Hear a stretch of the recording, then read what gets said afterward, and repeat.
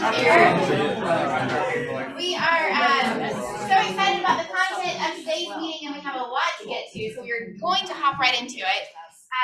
Cleaning up things a little bit today, so please tell me any good news in your world, or tell me something you're grateful for this week, or something kind of day. Got a property under contract and one coming up like hopefully today. Awesome, that's exciting. Is that property your Jefferson property? We're working on that one. Yeah. All right. Who else has something to share? Nicole? Come on, Nicole. Between now and next Thursday, I have 3 closings. Yay! Like that day. Awesome. That is awesome. What a way to celebrate. And one of those closings came from a door hanger. Yeah. I That's printed my so own door awesome. hangers. I walked around and I've gotten 2 closings just from that. From door knocking, essentially. Yeah, Right, walking hanging around. the door. Yeah. Way to go. I love that. Congratulations. All right. We have our strategic partners in the house today. Let's Tiffany McWhorter with Impelli and Sorohan. Welcome.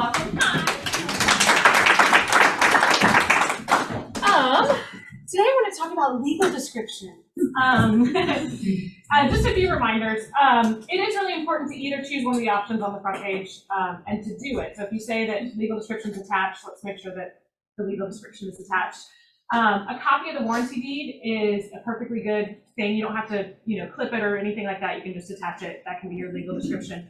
That is my preference. You'll hear every attorney has their own opinion on those type of things. But what I love about that is if you've gone through the trouble to find the deed and to pull it, then you know that you're working with the right people. You know if there's a spouse on there that's, you can see if there's somebody on that deed that is no longer around, they're deceased, if they're divorced, you know what I mean? So from the start, you can make sure that you're working with the right people if you have the copy of the actual vested deed.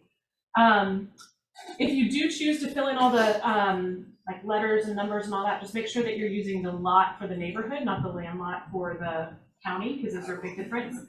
And then the big thing is if you are selling more or less than what is on the currently vested legal description, to make sure to put something in the contract that notates that. So a portion of this property, or see special steps attached to this survey because we're selling 1 acre versus 5 acres, or we're combining 2 different lots. So if you have 2 tax parcels, make sure to list both tax parcels. I know that all sounds like pretty basic, but you'd be surprised because as you as a buyer's agent, you don't know going in making the offer, and you're the one that does the contract, everything that the listing agent knows. So the listing agent may know that there's 2 tax parcels, but you making the offer, you don't know. You just see one listing and think that it's all one, piece of property. So just be mindful of that on both sides of the transaction. And of course, if you ever have any questions, call me. I'd rather help you at the beginning than try and fix it when it's wrong. So. Question, are we supposed to send our documentation still to one person like we used to, or is it to the individual offices? How are we supposed to do that? So, it's a good question. Jordan is still with the firm, but she went part-time. And so Amanda is the new contact for this office. We're trying to move to everyone pre-closing the closings that they're going to be doing. That said, you can always send everything to Amanda and she'll get it to the right people. So you don't need to know who your contacts are in other offices, but if you send us a contract and then you get a response back from somebody else, that means she saw that it's closing and coming or somewhere like that. If you have any issues, let me know. This is new, but we were having so many agents fight over, well, I'm a Sugarloaf agent, I'm a Buford agent, and this is my pre-closer, this is my pre-closer. So we're trying to move to whoever's closing it is pre-closing it. But if that's not smooth, then, I know some people. I can help. All right, thank you guys. Thank you. Okay, Joy James with Guarantee Mortgage. Welcome. Good morning. School's back in. Thank God. Thank God.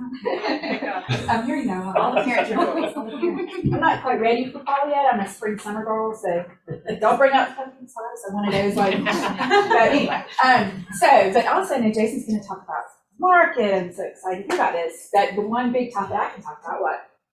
Great. So I just wanted to share a couple of fun facts, and I know we kind of talked about this, but so did you know that in what do you think the highest rates were? Decades. 1981. Very good. It was 81? 1981. Yes, it was October of 1981.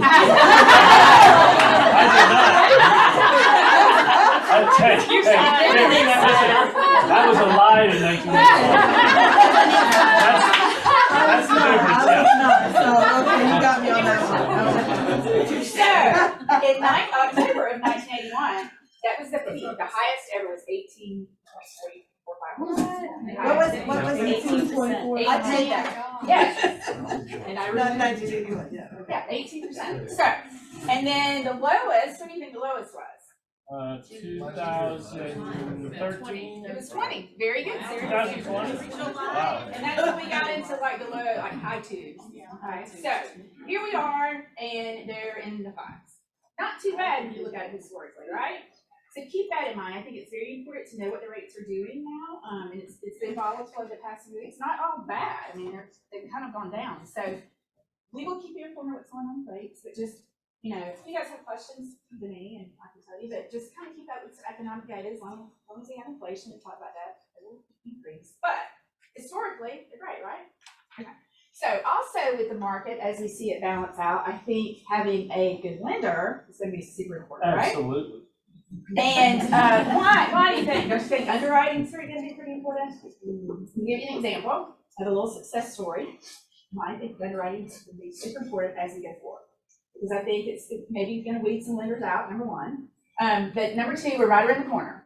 We had someone, this just happened last week. They were going to VA with a credit union. And credit union had some problems, I think, with the employment of the customer. And so they were supposed to close, not last Friday, but Friday before. Come to us on Monday, can't close.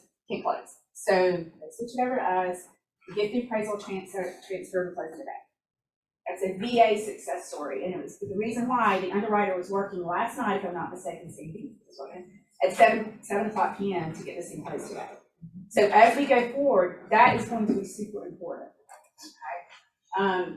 And I think, don't forget about the government loans. We talked about that last week. I think you're going to see more of those, and we go to do those all the time, especially VA. And one thing I was going to kind of point out is first-time home buyers. I think that's going to be a big market. So talk to those, keep those people in your database and talk to them, because those leases, when they couldn't get a house with all the multiple offers, they will be back. So keep them, and we have some great first-time home buyers. So anyway, that's kind of my little story about rates and things we're seeing. You're going to see ARMs, you're going to see buy downs. So these are some things that I see. But if you guys have questions about anything, you know, here, let me know. Always here to help. Thank you. Thank you, guys. All right, we have another vendor partner in the room, don't mind standing up. Sammy Baker, contractor Fast. For being here. All right, we are finishing off the month of August really strong. There's a lot of really great classes coming up. We've got our tech trainer, Kelly, teaching classes every single Thursday about command, so you want to make sure that you take advantage of that. We have a month-end mixer at Stillfire Brewery.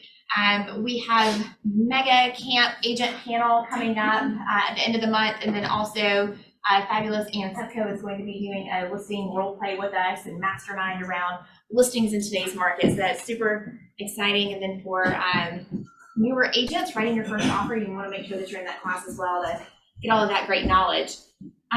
This Thursday, this is a really great class that you are going to want to come to. It's with Homeward. They're going to be here in person. They're providing a really great lunch for you. And it's really a mastermind on how you can use Homeward to further your business and not only help buyers, but also help sellers as well. The ALC and the top 20% got a chance to mastermind with Homeward over the past couple of weeks, and some really cool things were covered there. If you get a chance to talk with Jennifer Patton, she has a really cool strategy that she uses with Homeward, and we'll make sure that we share that this Thursday in our class. But make sure that you come to that. We'd love to see you there. Also this Friday, we have a fun class that we're doing.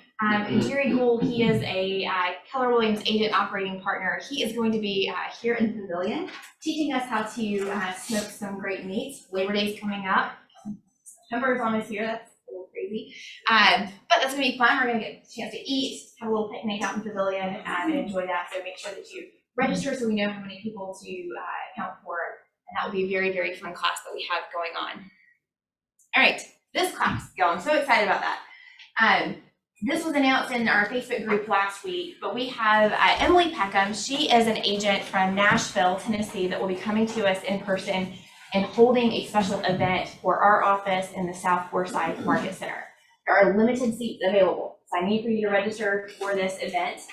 You'll find the details in our Facebook group where you can scan the QR code, but Emily was a brand new agent in 2019, and she found herself in a brand new market in Nashville. Her and her husband moved there.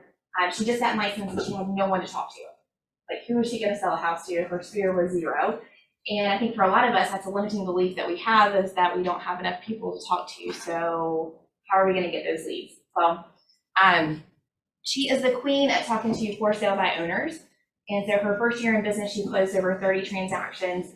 And then her second year in 2020, she closed over 100 deals in her first full year in business. So she has a lot of really cool things to teach us, and she'll be spending 2 hours with us.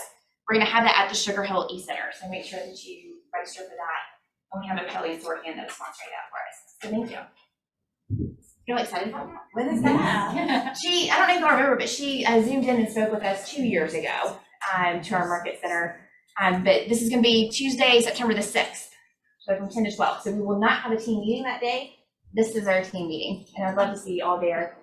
She also talks a lot about mindset and script practicing and role playing, and she's just very, very dynamic, and it's also very simple. So we always say that real estate is simple, but it's not easy, and she's the epitome of that. What she does is very simple.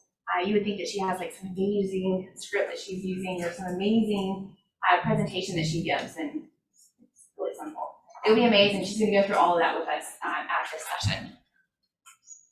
All right, don't forget we have our back to school, back to work contest going on. So y'all are all earning points for being here today. We're keeping track of that. Make sure you check out the calendar for August and September. It'll tell you what classes, what point values that are, and then we're having a big celebration at the end of September to award those prizes. All right. Without further ado, we are packed out in this room to hear from Jason Bonds himself. So welcome, Jason.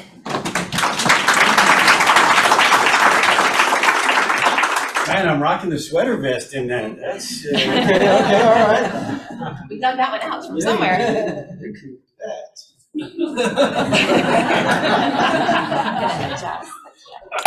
think unfortunately that is my latest shot.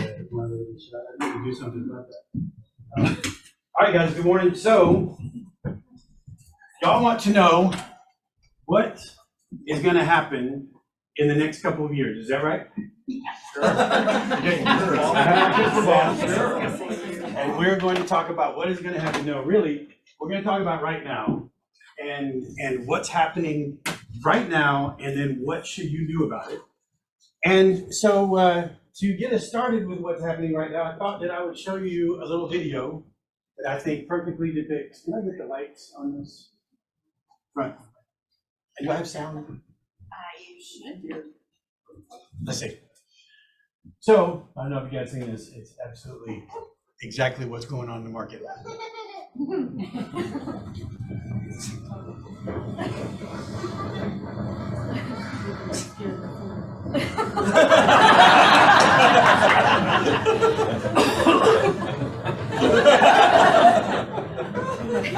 That is good. Okay, small at the end.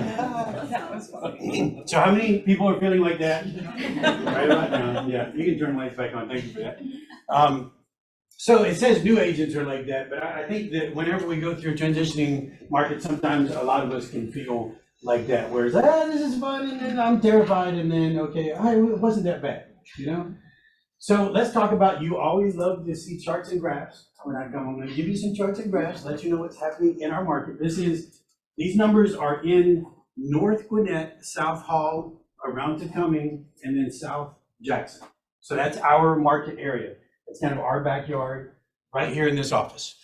So this is the median sold price over the last 2 years, and you can see it's up 56%.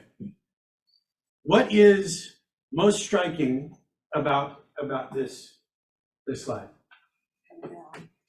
It's coming down. What is coming down? Median sold price. It's right there on the thing. Median sold price. I generally don't do the trick question thing. Y'all know that about me. So median sold price. Now, tell me, does that mean that we're beginning to see prices come down? From last month, but not from, So he says Overall, from last month and then it's, no, Leveling it out. just means that Leveling out. there's more on the lower side of that median. yes. Okay, so look, you have to know this because what's going to happen is there are going to be stories out there. People are going to take sound bites. They're going to take this. I can take this slide and I can put a headline to it saying that the prices are coming down.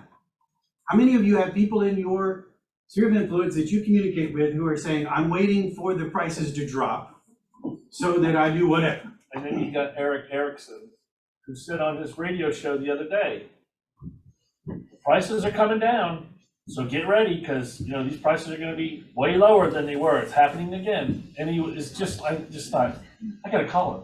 What? Like, in what universe is that person living in? Like, I don't understand And what he they're did say, looking at. he did say, I'm not an expert at this. And I wanted to call him and say, dude, I am an expert at this, and let me tell you about this. So this right here is median sold price. And I want you to know that a lot of times the upper end of a market will lead us into a shift in the market. Shift up, shift down. It would just lead a change in the marketplace. So if you have a pullback in the market to any degree, and the upper end pulls back first, that will drive down that median sold price because those more expensive homes are not selling as much. Okay, so this does not mean a devaluation. I just want you to see that a decrease of median sold price does not mean devaluation. It could mean, but you'd have to go way deeper to find it, and we're not seeing any devaluation. It's a deceleration of appreciation or a slowdown of appreciation. And, you know, we've been talking about that for a long time. You've got to be able to properly communicate that, where it's just a slowdown of appreciation. It's not a devaluation. But people will pull these types of things out and show you and try to convince you of that. This is list to sale price, list to original sale price. So average sold to original list price. And you can see that we were above 100 for almost this entire 2-year period, above 100% original list price to sold price. This is unheard of. Who knows what kind of like an average is in the market over the last 15 years? 97, 96, 98, anywhere in there, I could buy that, okay? So 100, not normal, okay? That is not, we do not see that hardly at all ever, much less for, 15 of the last 18 months. So again, what do you see that's kind of remarkable about this slide? We're still at 99%. We are still at 90, however, it's come down from 1.37, a high a couple of months ago, to the lowest that it's been since February of 21. So these are small shifts in the marketplace that, and it's probably a good time to talk about why are we looking at these numbers? Are we looking at these numbers just so that you can catch 30-minute nap here in my conversation with charts and graphs? I know I put some of you to sleep with charts and graphs. However, this is not just for entertainment or for you to say that was a cool conversation and then you go about your business. This is for you to be the economist of choice and for you to then put this into conversations that you can go and have with people in your world who depend on you being the real estate expert to help inform them on what's going on in the market so they can make the best decision for them and their family as it relates to real estate right now. So these are small changes that are significant in the marketplace, and they're telling about a shift. You're feeling it.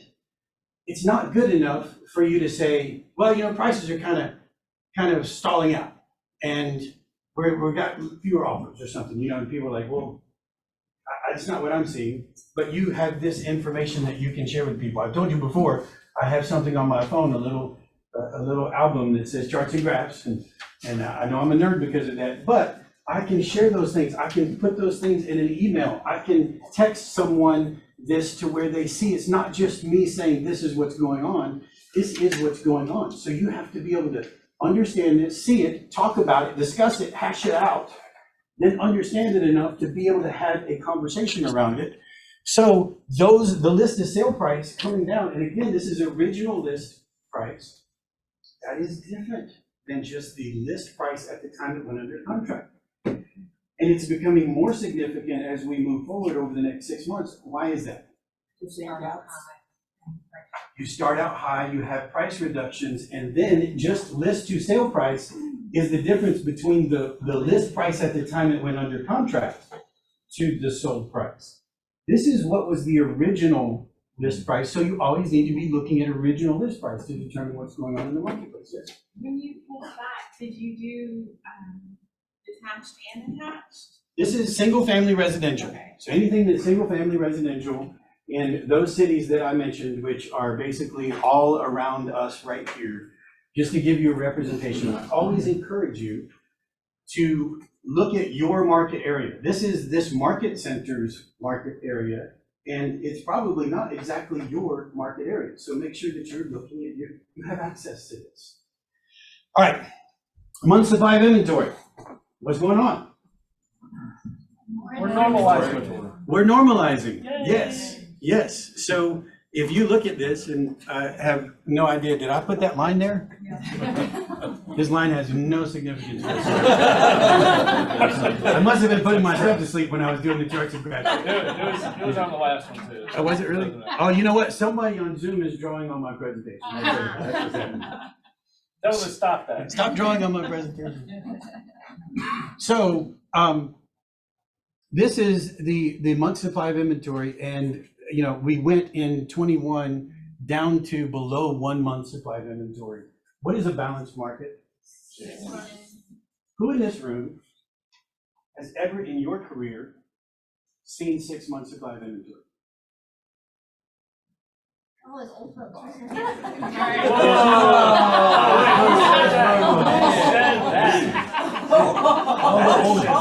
All the old folks raising. You're the only one offended, Bob, like you're calling yourself. No, I'll pay her back. I'll take care of that. So just take that in. Take that in. If a balanced market is 6 months supply of inventory, and 6 people in this entire room said that in their entire career they've ever seen 6 months supply of inventory, that's remarkable. So, look, in how long is your career, Bob? You 1988. 1988. So do some math on me. About 35 years. 35 years. So 35 years. How often have you seen less than 1 month supply of inventory? Just this one. Just this one. So again, Never have I seen it that low. never ever in my 26 years have I seen other than this market that we have just come out of. And so this is important because if you're having conversations with sellers and you're talking about competition in the marketplace, when you're talking about pricing, when you're talking about positioning their home in the marketplace, you need to be sharing this information in the area that this home is in. Because do you think that most sellers will know this has happened in the last 45 days? Most sellers won't know that. We want them to see that. Yeah, most sellers won't know that. Most sellers will still be around 3 months behind on that information because they're getting information from the media. So this is a really, really crazy increase and much, much needed. Like I'm telling you, I am very glad to see these changes in the marketplace because the direction we were in was unsustainable. And so the more we talked about where the conditions are not moving towards a crash, they're not moving, the economic things are not showing crash. There are all of these, there's these key 7 points why this time is completely not like last time. These are conversations that we've had together in this room. The longer we stayed on that trajectory with less than 1 month supply of inventory, with 40 offers per property, with time on market being about 30 minutes, as long as we continued on that path, the closer we got to blowing a bubble, that we may get into a situation where we get ourselves in trouble. So this is a very good thing that we're making these shifts in our market. This is the youngsters, that's still really good. Well, it's actually a healthier market. It is. It's a healthier market to be in. And, you know, to your point about how many have seen, you know, the balanced market. What I think new people need to understand is this still isn't normal, you know, and to be able to function in a normal market, you're gonna have to really learn the fundamentals of lead generation and the things that'll keep you busy when it's 6 months. Listen to that. Listen to that. So for sure, we are moving into and are solidly in right now a skills-based and activities-based marketplace. And we have not been in that. We've been in a marketplace basically, and I've seen a few of these in my years with different combinations where you had to hide behind a tree not to make money in that market. Okay, you know what I'm saying? Like the velocity was so strong and so hard that an agent could 100% get in the way of transactions and take advantage of that. But we're moving into a market right now. We're in and moving further into a market that is going to be extremely skills-based and activities-based. So you have got to hone your skills. You've got to be a student of this craft, a student of these numbers, and able to be that professional, not just get in the way of, not just show up and get in the way of business. So 2.4 months supply of inventory, like Bob said, is not normal. It's way better. And most of you, for like a decade or so, we've been in that 3 to 4 month supply of inventory. So we're actually moving into more of a more normal market like we've seen in the last decade as far as an inventory perspective is concerned. Okay, so there's a number of homes for sale. And so you can see that that is beginning to climb, and we need that. Your buyers need more choices.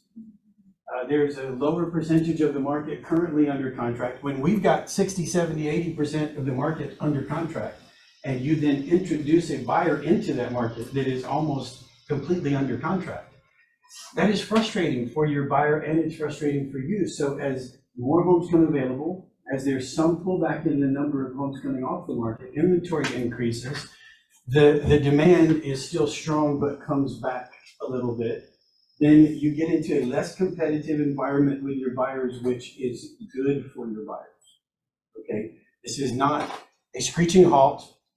It is not falling off the cliff. It is just simply a shift in the market, shift towards more normal. This is under contract, so you can see the under contract has rolled. This is actually a seasonal curve. This pullback in under contract has happened a little bit sooner than it normally does in the marketplace. But a seasonal curve usually in this marketplace looks kind of like this, where you've got January and then December. And then the Q2 and 3 are higher, Q1 and 4 are lower as far as transaction volume, and that's just normal.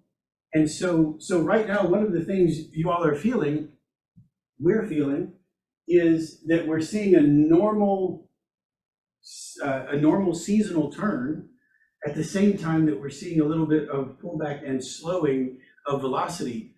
Those things are coming together and scaring the doo-doo out of you a little bit. You know what I'm saying? Like I'm going around and people are like, I'm scared to death. And I'm going to share something else in just a minute that isn't in a chart or a graph that I think is going to answer a couple of other potential concerns that you have right now. And hopefully I can bring some information to you to where you can say, okay, you know what, that's okay. And now I know what I need to do. And so this convergence of seasonality and also a market slowing slightly coming together is, we're feeling that. And it can easily set you into a little bit of a panic mode. You don't need to be panic mode. You need to be action mode, okay? You need to be action mode, not panic. And knowledge base. Knowledge base, for sure.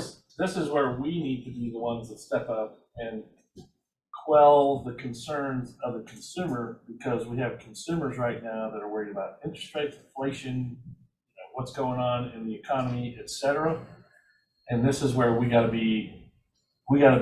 take control.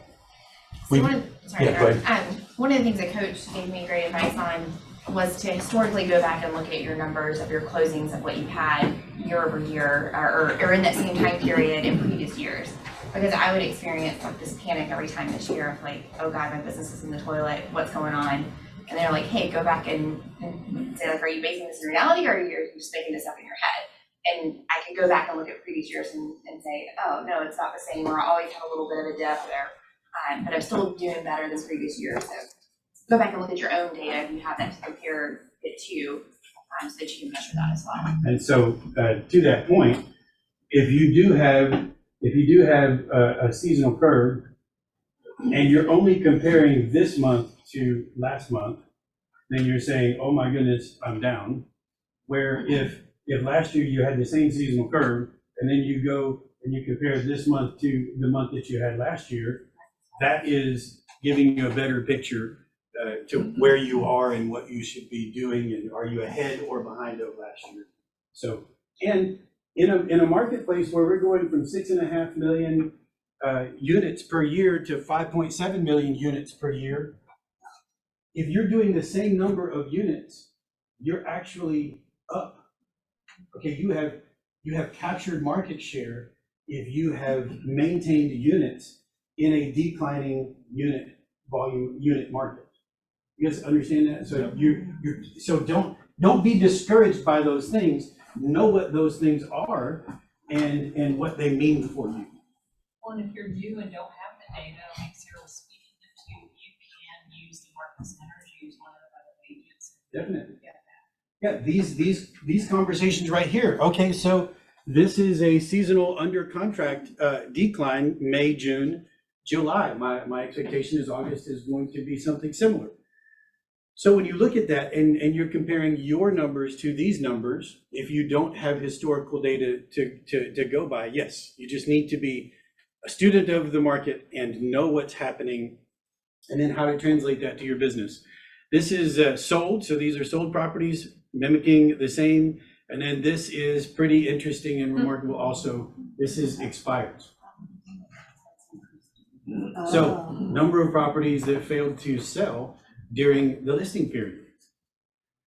So how many of you have been calling expireds lately? 1, 2, maybe? This might be a great opportunity for you to add that as into your rule of 4, one of your lead levers, one of your prospecting levers. I'm not saying you have to do that. Don't mistake what I'm saying. I'm not saying you have to door knock and make up a door knocker leave behind and knock a bunch of doors and have 3 closings in the next week and go. I'm not saying that you have to do that. I'm just saying you've got to be doing something. You have to have your strategy put together, and you've got to keep your feet moving, and you've got to be lead generating, because now is the time activities-based, skills-based. Yes. Isn't it interesting, if you look at the increase in expires from the last 4 or 5 months, during that time, we were still in a high peak where we were, multiple offers on the market, yet they were expired. In other words, 6 months have gone by and some properties just didn't make it. So the question is why did that happen? Could have been the agent, could have been the market, could have, those are the questions that have to be asked. What you're saying is the slowdown happened here. Right. But these homes were listed here. Exactly. And failed to sell. I always have to get slowed down and like failed to sell. Failed to sell during this very, very aggressive time. And likewise, that's in withdrawal. Yes, exactly. Yes. I think that there were signs change even before that big interest rate. We've been talking about this for a year. Oh, for sure. Yes. And so people that weren't really in touch with like week to week what was going on and out in prices of it, pricing based on a month before. And so then this interest rate thing happened and different things happened. So for us old people, Sarah, Seasoned, that's what I should say. seasoned experience. more mature. Experience is absolutely a great perspective to have, because as Jason said, we've been talking about this really for more than a year, for almost 2 years. There's no way you can sustain 19% Right. increase in appreciation year over year. It's just never going to sustain for very long. So this part's inevitable. It is. Based on that. It is. So build your lead generation strategy for today's market. You're building your lead generation strategy for today's market. You have staples. If you're a database person, you got a staple. You're going to continue that. Now you just have to make sure your messaging for the database to be that expert amongst your database. If you're a prospector, now you're just prospecting. You might have a different message. Yes. So the one thing that's been in my mind for the last 3 years is the holdback, the explosion that hasn't happened yet. I mean, I would expect the listings to just spike because people that had plans in 2019 to sell in 2020 and they held back. In 2021, they held back, and then 2022, they held back. And so, like, we're still below a month. I mean, there's got to be some explosion that people have had to say, I can't wait any longer, I've got to sell. So I would have agreed 6 months ago or a year ago that there's still a large pent up seller pool, and I believe that the changes in the economy, the changes in the marketplace have pushed people off the fence, and we've seen some of those listings come to market. And I think it could have also impacted those sellers' decisions. And we probably aren't looking right now for some massive amount of sellers that just didn't sell in 19 or 20. I think we're just looking for the normal cycle right now. The normal cycle of the house is too small, my kids just graduated, you know, we just got divorced, I just got married, we just had a kid, we got a job transfer, I got a raise and I want more house, I got downsized, I need a different place. You know, I think it's just life happening at this point. If you look at your database and you say 10% of your database is going to do a transaction in the next 12 months, I don't think that like 14% in the next 12 is going to do a transaction because there's pent up demand coming out. I just think there's still going to be that 8 to 10%, and we have to be the one they choose to help them in that transaction. All right, so you guys have just segued perfectly into this conversation right here, which is a pricing conversation. What has the pricing strategy looked like in the last year? Whatever. Whatever. What do you want for Figure it? it out and add 100K to it. Whatever you want, I am sure we can get it. And could you underprice a house? Could you underprice a house recently? The market's been driving up. The market's going to grab it. It's been very difficult to underprice a house. So we're just going to have a conversation about some pricing strategies, which we haven't had to do in the last couple of years. So who knows the tale of two markets?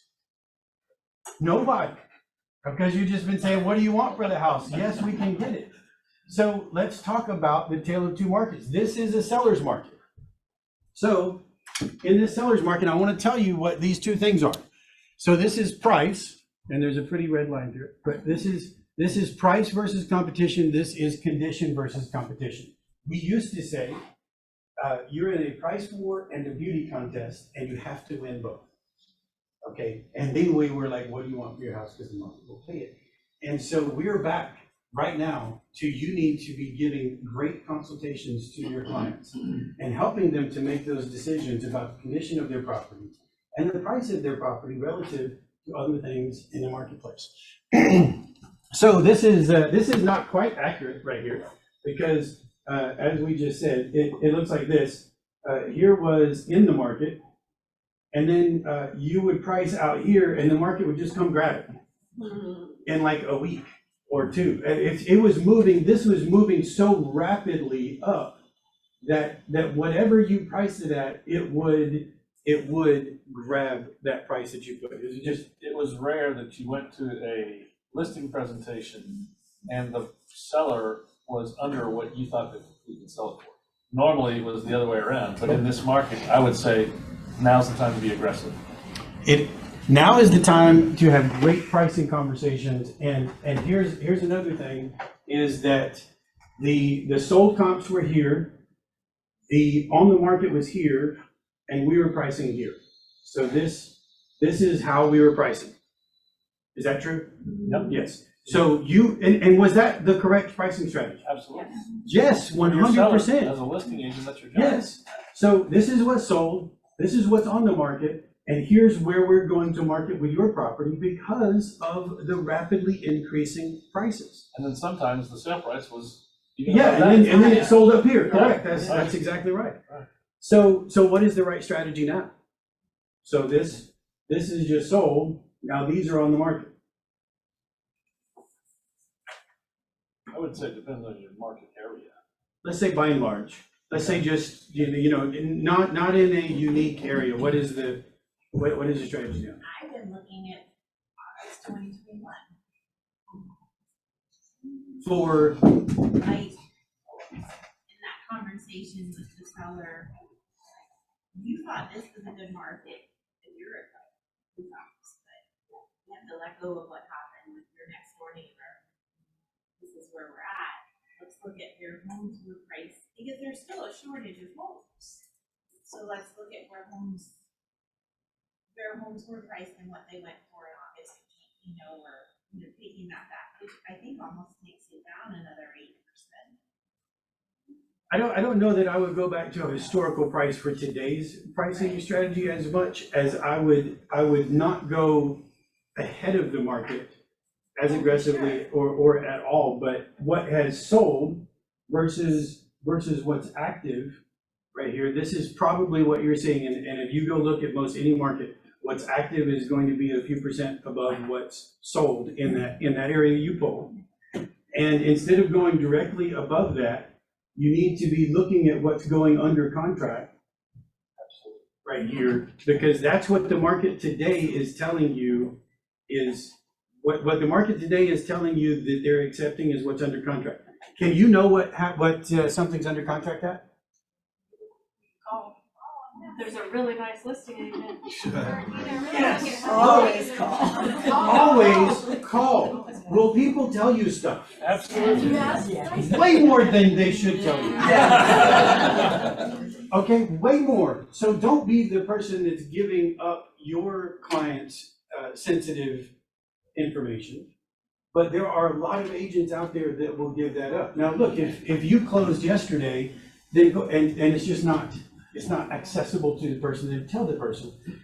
But I'm always, I don't personally want to share the information of my client that's under contract, because if that falls through, well, now I'm just set for maybe somebody else what that price is, and you've divulged what your seller's position is. But anyway, the other agents will tell you, they will tell you way more than you ever imagined that they would tell you. And so do not be afraid to call in your market on those under contract and see, even if they just give you a, did you sell at or above or below list price, so that you at least get a range and you bring that information to your client in that listing consultation that they can't get. That's not information that they have. It's not on Zillow, Thea. Call both agents, buyer's agent and listing agent. Because if one doesn't give it to you, most likely the other will. And they sometimes won't outright say, but say, are you 5,000 within this price, or you get it? So you can hone They in. have it. You can hone in. Here's what I'm telling you. You have to put the work in, okay?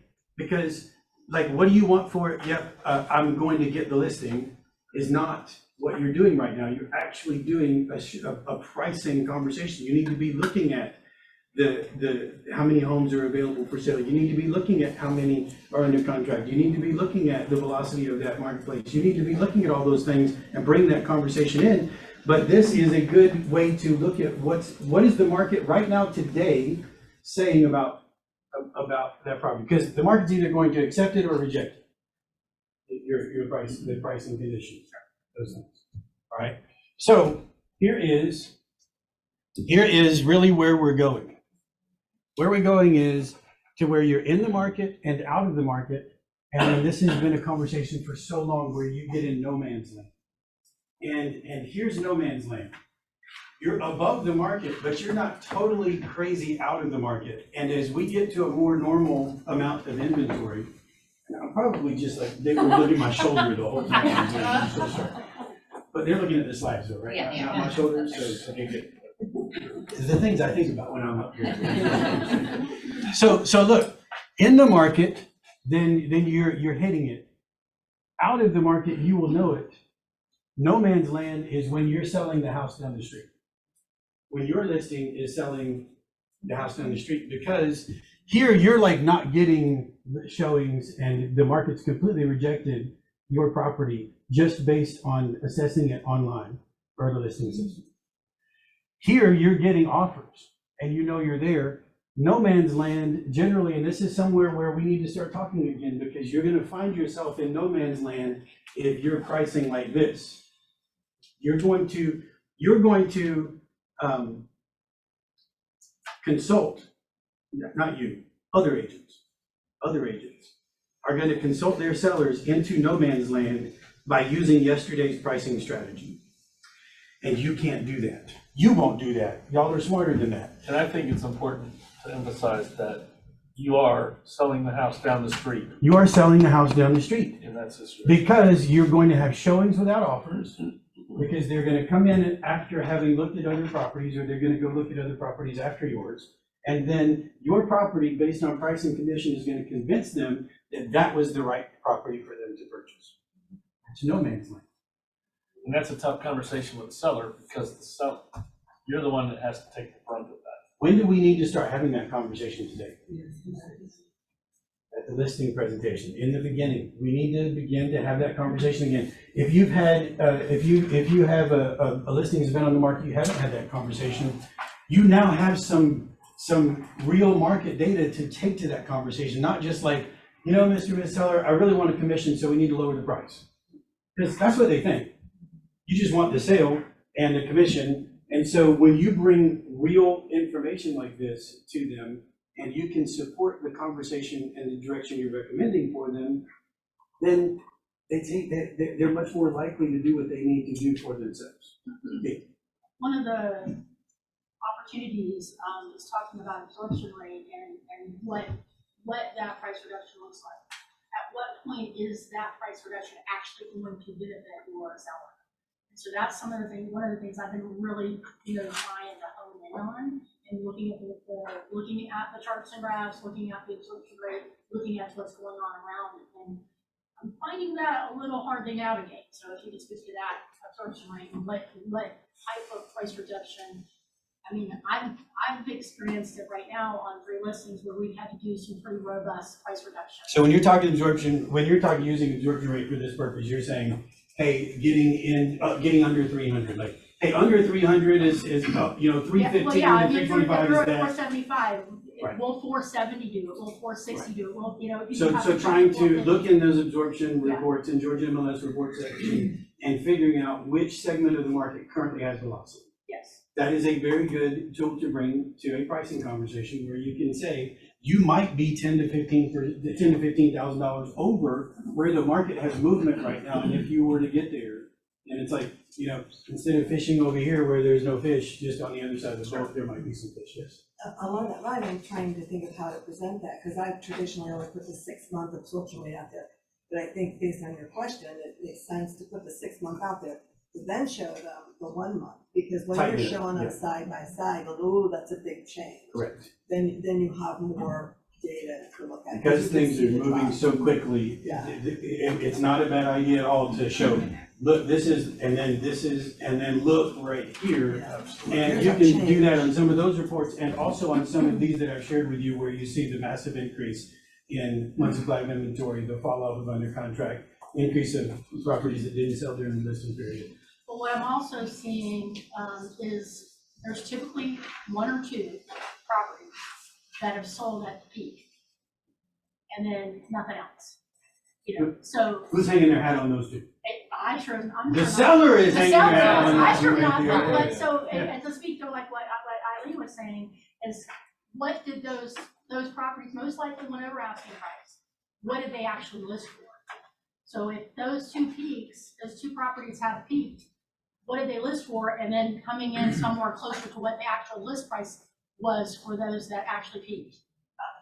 Not the sale price. List Yes, exactly. So you have to have a complete toolbox Yes. where this is concerned, and you go into these appointments with a full toolbox. And then during the consultation, you're determining which tool do you pull out of the toolbox to address the situation at that kitchen table. That's what I'm gonna move on. I would also argue though, and to still, there's no such thing as underpriced home.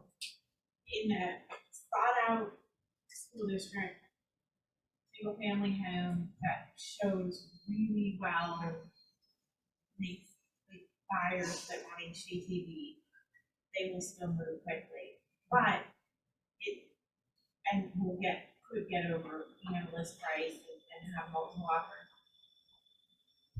But still price it kind of for the market, not for that, oh, we have this great house and we're gonna price it like from March or May. And it'll go for what it should go for. I'm telling you, I had multiple offers this weekend. Yeah. And my seller wanted Multiple offers wiggle still room happen. going in, and I said, please, trust me on this, it will work.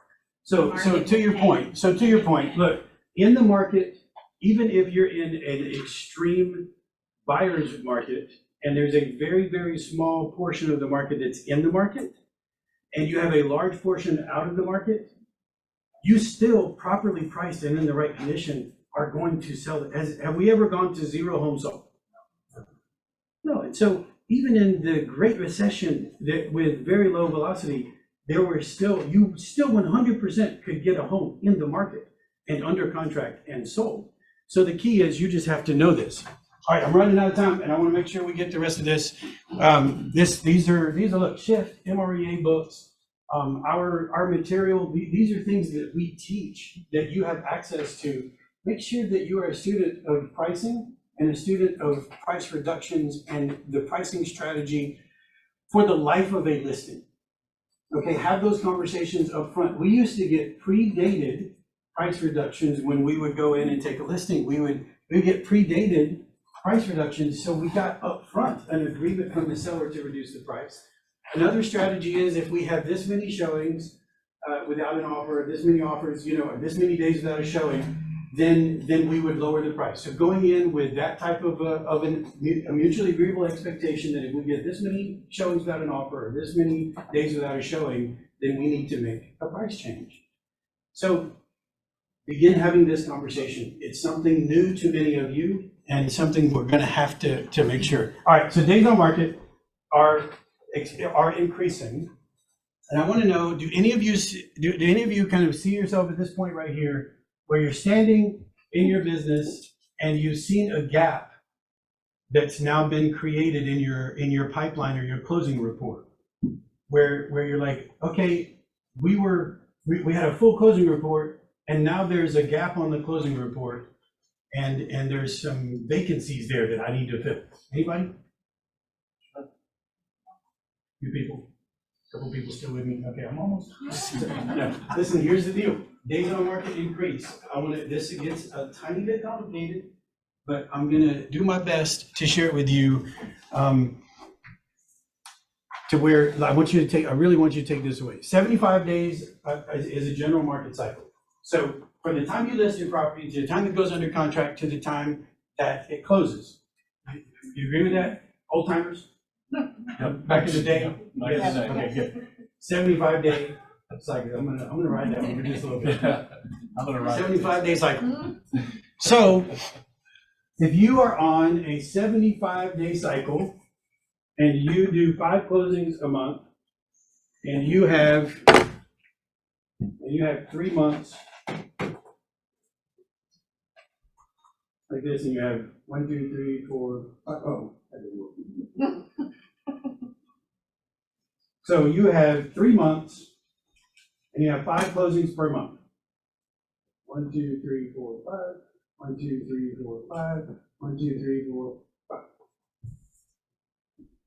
You have 5 closings a month. And this is the market cycle. It's like you have a consistent velocity. Your activities are producing results, and you have a closing report that shows that. Now, the market does this. and compresses to a 21-day cycle. Did that happen? Absolutely. Yes. So the market went from a 60, 75-day cycle to a 21-day cycle. We would list it, it would be under contract that day. And because of everything being so aggressive, there would be cash closing quickly. And we had a 21, 30-day cycle that compressed. So if I'm sitting here when that market compresses and I begin to write 21-day contracts, and this is 1 month, now I'm writing an extra contract, an extra contract, an extra, because these are already written in a normal cycle market, in a normal cycle in the market, and the cycle compressed just like that. So you were the beneficiary of a compressing market cycle because you added more closings faster, and you were still closing the ones that you had before as that began to accelerate. Everybody get that? Yep. You benefit. Okay, I'm gonna, like you remember way back when we used to do the time change? Because we don't do it, everybody knows we don't do that anymore? We don't do time change anymore, isn't that true? I didn't know that. No. Spring break work off all that. Next year, okay, so whenever you would, It's coming. whenever you, Everybody, 'cause I was like. whenever you would fall backwards, what would everybody say? I get an extra hour of sleep. Okay, so market compresses, you get extra contracts. Okay, so when a market does this again, what happens?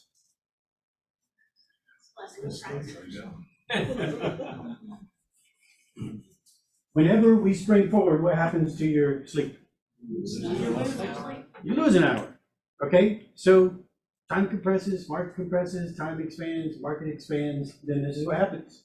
So you now have, again, same 3-month period, and you have your 21-day cycle.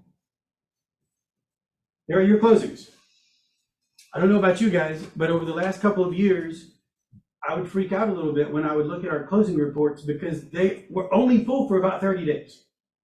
How many of you in the last 2 years were looking 45, 60 days in front of you saying, I've got no business out there, but you still were closing the heck out of everything in the month you were in? That's exactly what was happening. So look, I've got these same closings, and it's the same 5 that I had last month and the month before and the month before, and 21-day cycle right there. But that whole cycle lives right here in this 1 month. As the market expands and you write a 75-day contract right here, where am I putting it? Oh, yeah. Okay, so then maybe I get a 40-day or whatever, but then this right here is you buying back. July. It's July, yeah. July. This is you buying back the market expansion that you were the beneficiary of when it compressed. Okay, so it's a little complex, and not a lot of people are going to talk about this, but as this market expands again and the inventory goes up, the days on market goes up, the number of under contract go down, then we're going to experience some of these gaps. I want you to not freak out because, as I told you before, here's the seasonal, you're right here on this downturn, here's the market, you're right here on this downturn, and you're buying back that market cycle expansion. These things are all coming together right here, right now, in a hotly debated political midterm election cycle, which is all about fear mongering and complete destruction by headline. Okay, and so all these things are coming together, and you just have to know exactly what's going on and make sure you know what's going on and you're really clear about the lies that are out there. So I will be happy to discuss that afterwards for anybody that doesn't quite get that, but I want you to understand that market cycle. Okay, so what's going on in the next 24 months? Here's a reality, law of equilibrium. As transaction sides recede, as number of available income per agent comes backwards a little bit, which is happening, then there's always some agents that take the exit rate. get out of the business. Here's a statistic I've shared with you before, 87% of agents that get into the business today will not be in the business 5 years from now. You who have been in the business less than 5 years here have a much higher likelihood of success in the place you are right here connected with this group of people, as long as you put the work in and you connect and you educate yourself and you understand skills-based, activities-based, all the things we've been talking about right here. I'm going to end with this concept, 6 personal perspectives. We have got to bring this conversation back because it is foundational for who we need to be to succeed in life, period. And this is the point that I want to make sure that we talk about today, and that is be accountable. As this market shifts, as we have to be activities-based, skills-based, as we have to navigate some uncharted territory for many of you, as we have to do things differently, then there are going to be a lot of people who just want to complain. It's hard. It's harder than it used to be. I don't know how to do that. Nobody taught me how to do that. Well, I didn't get the email where that class was. Okay. Well, I used to get a lot of offers per property and now I don't, you know? Like, there's going to be all of these excuses that people are coming up with because there's going to be people playing a victim in this shifting and somewhat challenging marketplace. And here it is, the accountable versus a victim. And as a victim, doesn't seek reality, ignores reality, fights reality, blames other people. If everybody just do their job, the market's to blame, the economy's to blame. Why didn't you do something about it or tell me? Personal excuses, nobody told me, it's not my job. That doesn't work here, not in this market. You know, I did what I was supposed to, but it didn't work. And I can't think of anything else to do. Okay, this is personal excuses. And then just waits and hopes. This is when someone that's a victim just resigns themselves to failure. And resigning yourself to failure, if it's meant to be, it'll just happen. Let's just wait and see. We've done all we can do. You know, time will tell. It's out of my hands. Proof's in the pudding. You know, I need to go work on my business cards more because they're not as pretty as I want them to be. You know, so I need a new tagline in my real estate. But you know what I'm saying? Like, these are just things where so then accountable, they seek reality, awareness, what's going on in today's market, reality of what's happening and what we need to do to take advantage of the opportunities that are now here. Acknowledges it, clarity, I got it, owns it. So this energy and focus of owning the result, if it's to be, it's up to me. What do I want? I've got to do something. This is my responsibility to make the change and do what I need to do to be successful. The possibilities, you find solutions. You know, what are my options here? How can I get what I want? What can I do? Bringing in people who have done it before and who are willing to share what they did so that you can then do what they did to get what you want and have some similar results as they had. This is accountable. You own it. Action plan, you get on with it. Let's get started. Time is up. Let's go. This is what I would do. Okay, let's do it. And then I'm going to add a couple of things, which is, this is my commitment, and I'm going to share it with someone who's going to hold me accountable to what I should be doing. This is accountable versus victim. And I promise you, if you listen for this, you will catch it in yourself. And if you give permission to people around you to catch it in yourself, people who love you and want to build you up, not just tear you down, then they will catch it and call you on it, and you will hear it in other people. And so as we are this group of people who care about each other, who have a principle of plenty, an abundance mindset, you know, high-minded exchange of ideas, a partnership in this business, lean on each other, have these conversations, give permission to others to see those things and give constructive feedback to you personally. Be engaged and be willing to help other people to grow. Victim mentality will destroy you in a changing marketplace. You will buy into those lies. You will buy into that crap. And then you will be one of the 87%. I promise you, if you walk around this industry, because this industry, every morning you gotta get up and kill what you eat. It is equal opportunity, unequal reward. There is so much opportunity in this business. And you've got to do what it takes for you to go get it. And for you to do that, you've got to be an accountable person, not a victim. You're a victim, you show up like a victim, you talk like a victim, you act like a victim, you will fail. Promise. So, I know it's a little bit of hard talk right there at the end. This is what you need from me right now in this transition. Opportunity is now here. You've got to be a student of this market. You've got to educate yourself, understand how to educate your clients. And then we have to be what we need to be to each other to take advantage, to take territory, to not only maintain units, but also increase units personally and collectively. And this is where opportunity lives right here. Opportunity is now here. Be accountable. That's all I got.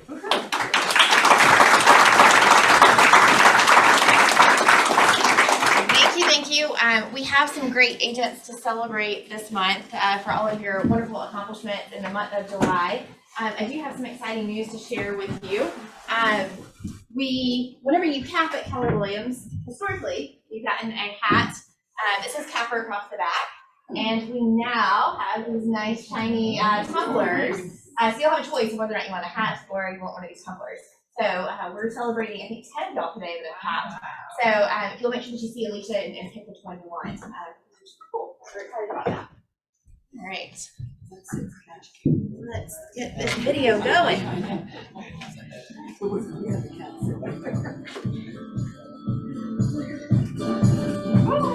then you have like a home run. Yeah. First closing, caps. I mean, you like knocked it out of the park.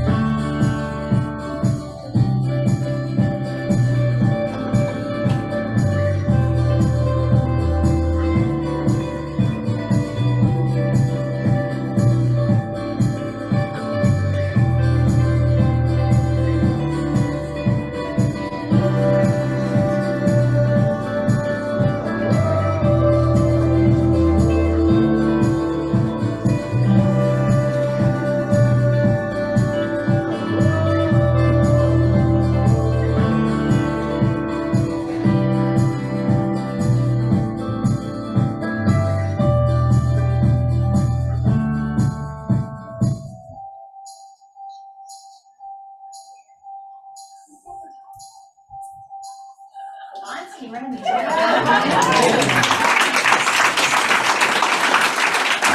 Congratulations to a fantastic month of July.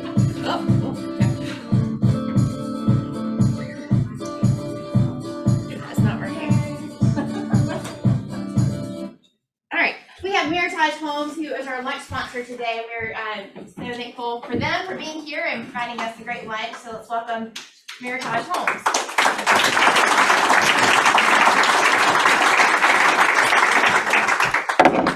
Good morning, everyone. How are you? Good. Well, my name is James Nicole Williams. I am a sales counselor at Meritage Home.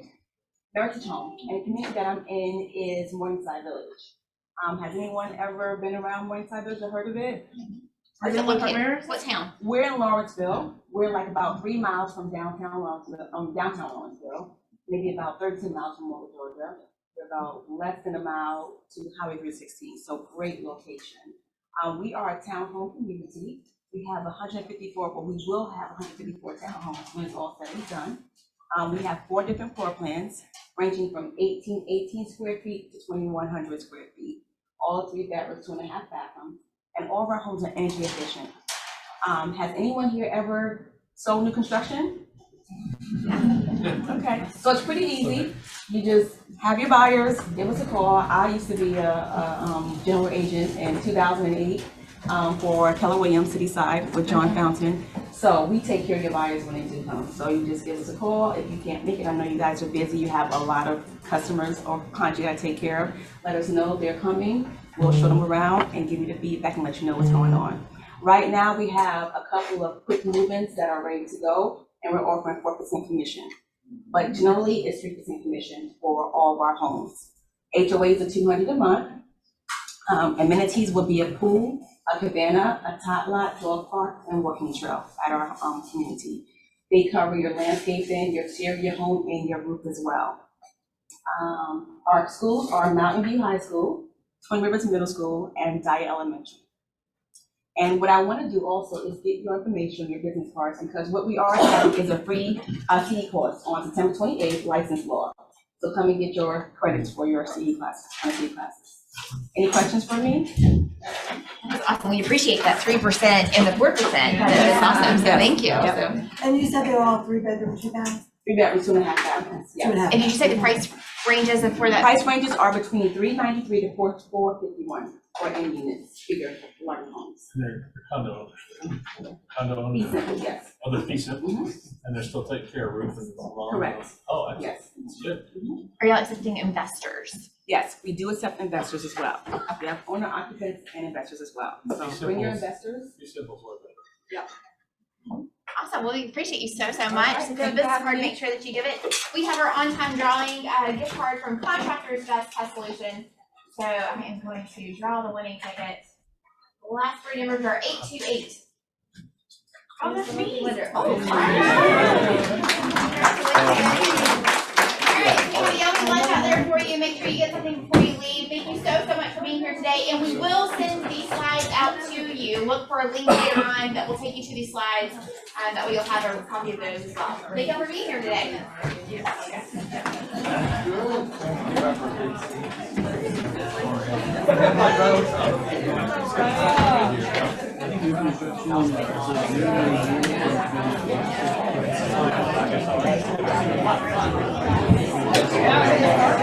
Seemed like we had a meeting.